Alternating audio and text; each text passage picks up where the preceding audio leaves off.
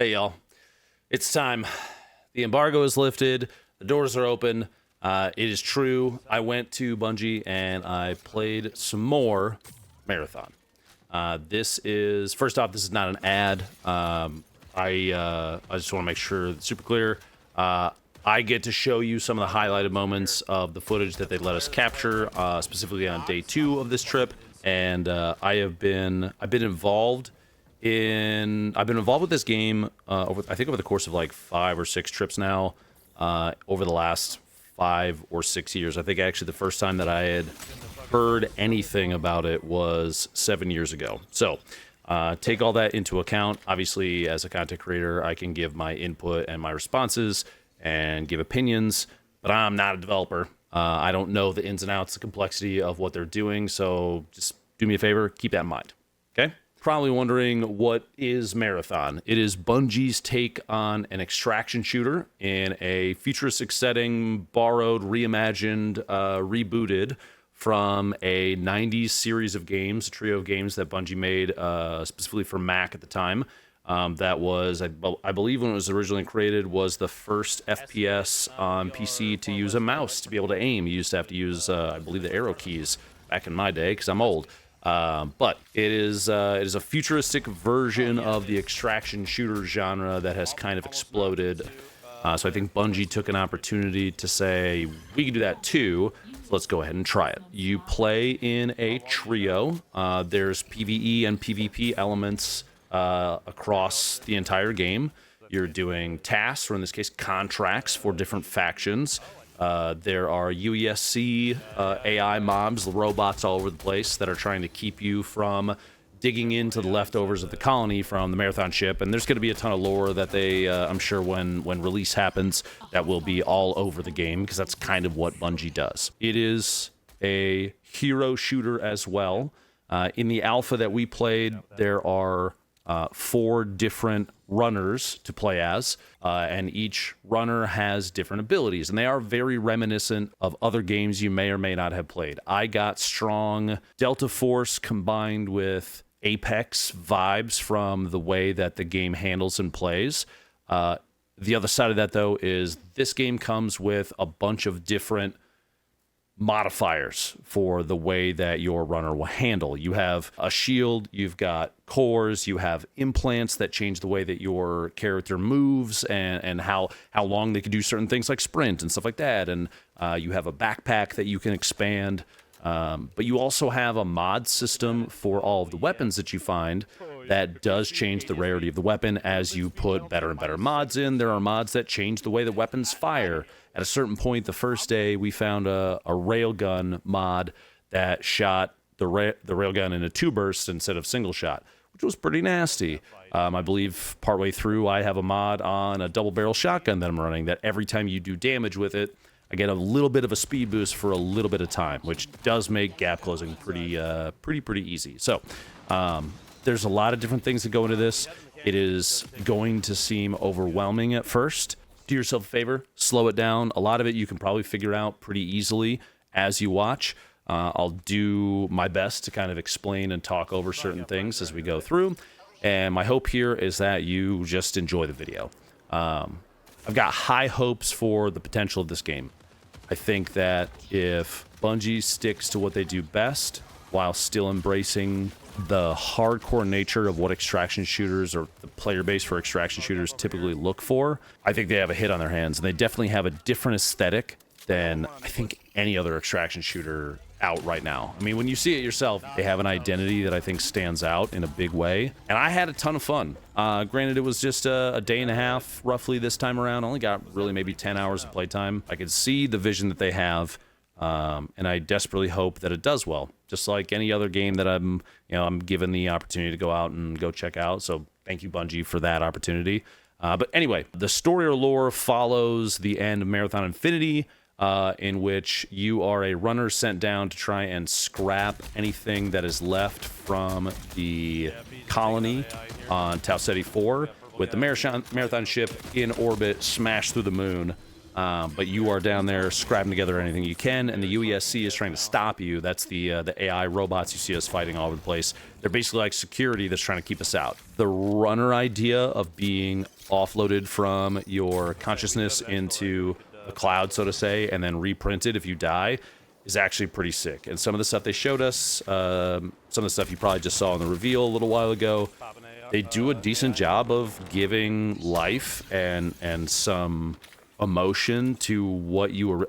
I went into originally thinking was like soulless husks of androids, and they're really not. They did a good job with giving you the feeling like you are actually someone. You're just being downloaded into a body temporarily. So I understood what they were trying to get at. The weapon system in the game is actually quite interesting. So it seems like everything starts at gray, and as you put mods into into the mod slots on each weapon, some of them I think have 3 slots, some have 4. You're not only adjusting the way that the gun handles, looks, and feels, or like the ability to zoom, but you're also increasing the rarity and adjusting the stats. And I do want to point out, if at any point during the video you do see me pull up the stats for a gun, like the range is literally just, that's the range. It's not like Destiny where you have to look at the weapon type and then the frame and then know what that stat range, what does 100 range mean for a shotgun versus 100 range for a sniper. They're 2 different things.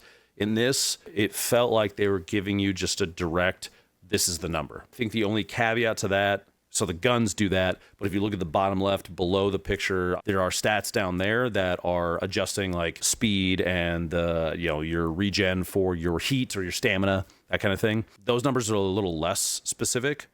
I equate them very similarly to the Destiny stats, is you kind of have to just know. I don't know if there's breakpoints like there is in Destiny, like every 10.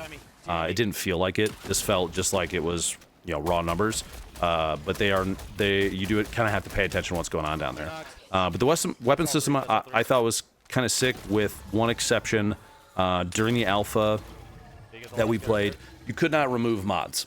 You could overwrite them, but if you got a purple or a gold and you slapped it in a gun, if you wanted to keep that, you had to keep the gun. So at no point during that, and I did make a suggestion to say, hey, the toss-up that they're looking for is they don't want the economy to just snowball into bigger and bigger and bigger and bigger and bigger all the time. Tarkov has durability, and if you lose a thing and it wasn't insured, it's just gone, right? In this, if somebody, if somebody picks your gun up and gets out with it, it just stays forever. So there's 2 kind of things going on. One is if a weapon switches hands enough times, it gets marked as scrap, and when you go to loot it from somebody that you may have killed, you just get the value and credits instead. It breaks it. The other thing that I had suggested was, let us pull 1 mod off of a gun. Let's say I find a shotgun and a purple mod, and I want to stick a chip, like the chip that I have on my double barrel in this video. Make it so I can rip the chip out, but it destroys the gun and everything else on it. Something to give the player an opportunity for choice when it comes to looting stuff from other players. If I see someone with with like a blue scope and I want that, but they also have a purple that I already have, maybe at that point I'm trying to choose, do I take a copy of the purple mod that I already have, but it's going to break everything else, including the scope I want? Do I take the scope and chuck the purple mod, knowing that I just want the scope? That kind of thing, I think, gives the player an opportunity for complex choice instead of just gun have purple or gold, keep. That felt not as good. They very much do. They lean into the 2-weapon system, primary, secondary. I was running a DMR and a double barrel shotgun on Locust, which seemed to feel real good. But there were all sorts of different weapon setups that'll work.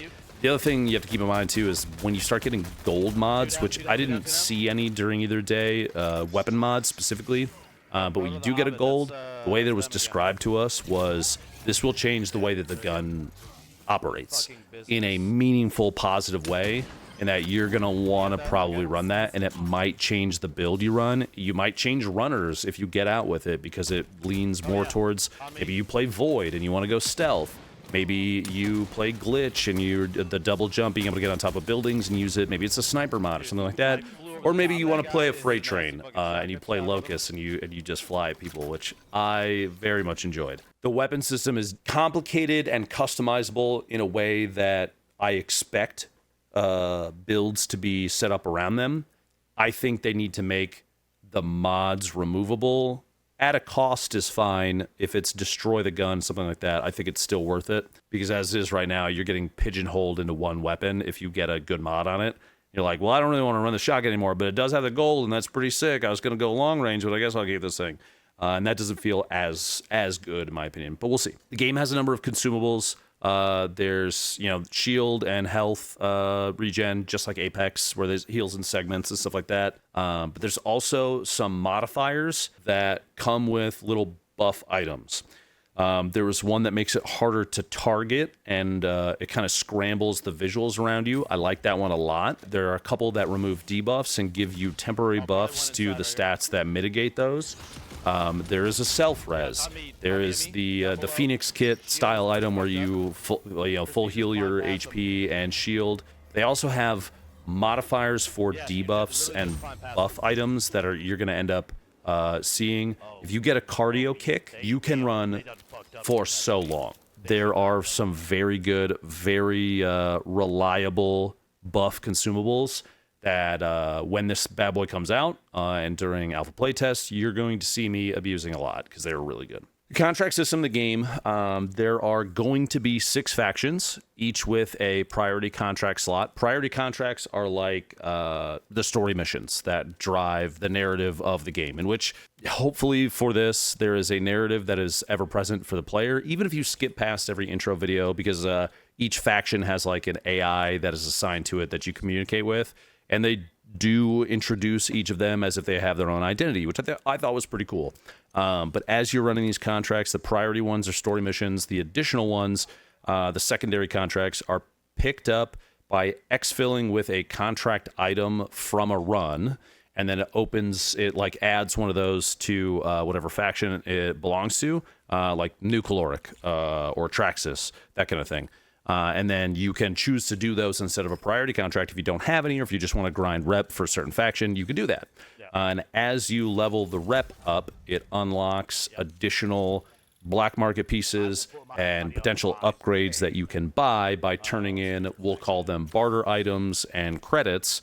You are buying things like the ability to buy green backpacks, expanded backpack from a vendor. So in order to get access to those, you do priority contracts to move the story forward, and you do the secondary contracts to basically buff your faction rep. But you can currently, in the alpha that we played, only have one contract at a time. Unlike Tarkov, where right now I have probably 500 tasks to do. You pick one and you kind of just focus on that. Is that good or bad? I don't know. It does focus down the player's attention to doing just one thing at a time. Which I think will result in more runs, which is probably their goal, is get you in and out of runs more and more often, which maybe that's good. I don't know yet. We'll see. The look and feel of the game. It has its own identity by a landslide.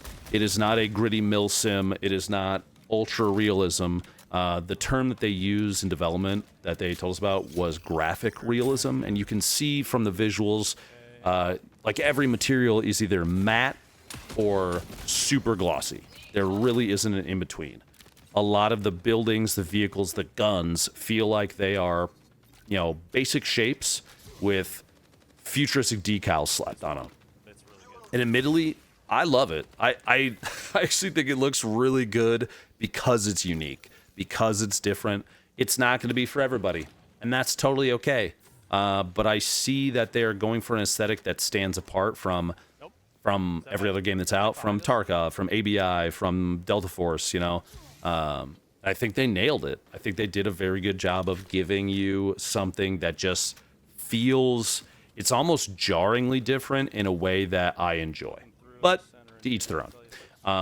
Now, I will say this. There are also some very natural things that stand out: trees, grass, the water, all that. There's the same natural warning system that is built into a number of other extraction shooters right now.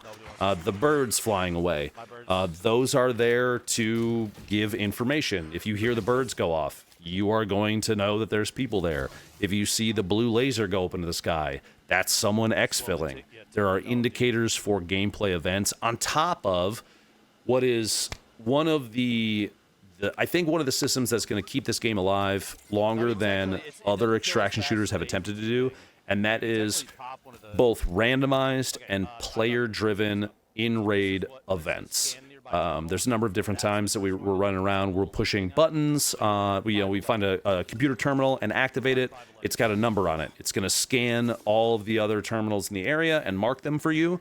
You go and you find the same number. Boop, boop, boop, boop, boop, boop, hit the buttons on it, and that is going to make another event spawn on the map that you can go then push to and try and loot. There's high-value targets to get that have, debuffs and things you have to do, systems you have to acknowledge and move along with. There's boss fights. There's all sorts of stuff. And I think if they add in a plethora, a variety of those kind of events, I think that's where their unpredictability from raid to raid is going to shine. Tarkov doesn't have that, but what they do have to keep raids varied is extremely complex environments. One thing that Marathon, from what you're seeing here, and granted this is only one map, but a lot of the locations, the POIs, are relatively flat. 1 or 2 floors, maybe an underground. Otherwise, it's pretty open. There are a lot of good angles. There's a lot of good terrain to hide behind and clutter. But if you look at like Reserve and Tarkov, they have the underground. They've got multiple 3, 4, 5-story buildings. You've got a mountain to go up on top of. Even their more basic maps in Tarkov have vertical complexity and a lot of like sight lines to memorize and stuff like that. Marathon will have that, but it's going to be way more sparse. The reason I bring it up, I think in Tarkov, one of the things that makes the game play different every single raid, even if you're like beelining Shoreline right now to go to Underneath West, to the pool, to go down to Labyrinth, each run still ends up playing a little differently. This will have that too, because the unpredictable nature of other players. You're going to have a lot of opportunities for just natural, organic gameplay. But the map complexity, I think, is going to keep some of those engagements very similar from run to run. I'm hoping that the event system is the thing that adds in the randomness. Because my only fear over all of it is a samey feeling over time that will burn the player base out. And I told them that to their face. And I've always been honest with them. I do think that what they have here is something that will genuinely do extremely well. If they can keep it high in variety, high in variability from run to run, because that's part of why we go back to Tarkov. I talk crap about that game all day. Y'all have watched for a long time. But at the end of the day, one of the things that it is doing is every raid feels just a little different. But I do have high hopes for this game to do what it needs to do to keep the player base engaged. The seasonal process that they are planning on implementing, if they're following through with doing wipes and resetting the player base every X number of months or whatever, if that does come to fruition, like I really, really want it to, I think that's going to help a lot. And everything else that they have in store, which I don't specifically know what I can and cannot talk about, to be quite honest with you. I don't want to break NDA or anything like that. But they have plans. They have really good long-term plans. And one thing I think you will see from Bungie out of the gate with this game versus what has taken us years to get from BSG with Tarkov and other companies is a roadmap. I think they will show you, I hope that they will show you the plan so that nobody that looks at this and goes, is this just a cash grab? Is it really going to do well? I think they're going to put it in front of you. I hope they're going to put it in front of you to say, here's what we plan on doing. We're serious about making this the game that people want to play.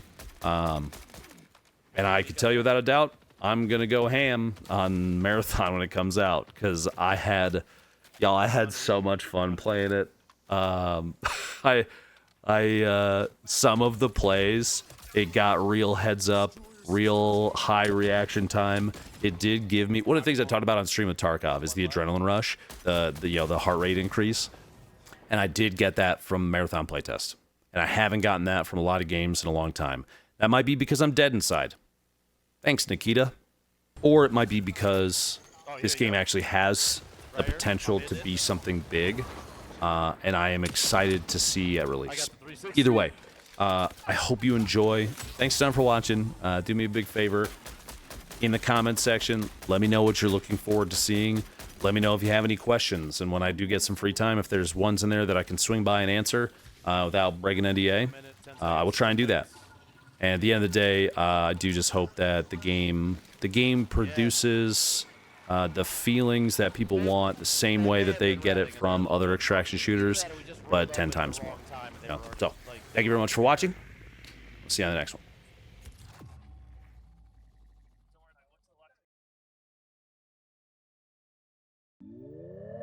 Use code DrLupo. Use code DrLupo.